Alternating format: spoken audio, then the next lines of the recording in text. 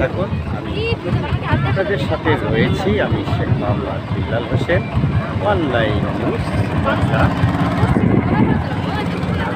দেখছেন যাচ্ছে আমার পাশ থেকে।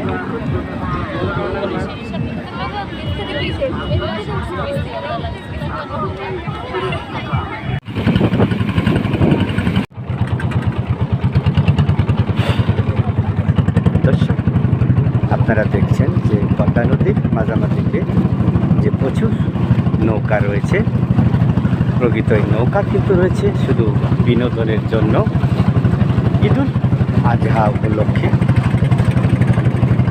এছাড়াও যে কোনো দিন, ছুটির দিন বা যে কোনো মুহূর্তে বিকাল টাইমে মনোরম পরিবেশে দর্শকের জন্য রেখেছে একটি বিনোদন পার্ক।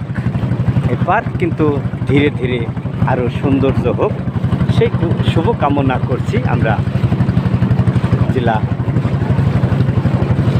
প্রশাসক মহোদয় অবশ্যই দৃষ্টি আকর্ষণ করছি, সে আরও এটার জন্য উন্নত করতে পারে, আমাদের রাজবাড়ী জেলাবাসীর জন্য সুন্দর একটি উপহার দিয়েছে এবং আরও সুন্দর হোক সেই কামনা করছি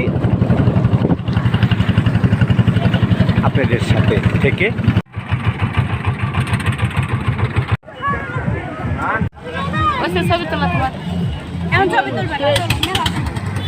নিয়ে চলো সাহায্য দেখায় না, আজকে বিশাল করবো।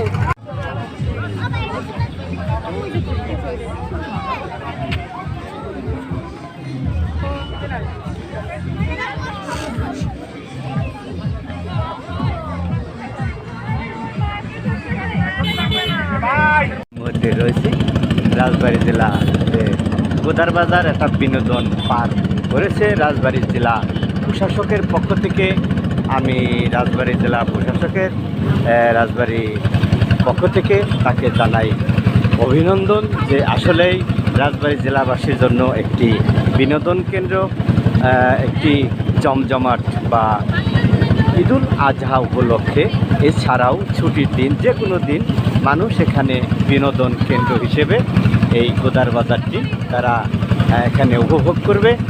সেই প্রিয় দর্শক, আপনারা এখানে অনেক সুন্দর পরিবেশ, মনোরম পরিবেশে আপনারা সকলেই এখানে আসবেন আর দেখবেন যে আসলে জেলা প্রশাসকের যে একটি উদ্যোগ নিয়েছে আমরা সকলেই তাদেরকে ধন্যবাদ জানাবো এবং আপনারাও এসে অবশ্যই তাদেরকে ধন্যবাদ না জানিয়ে পারবেন না।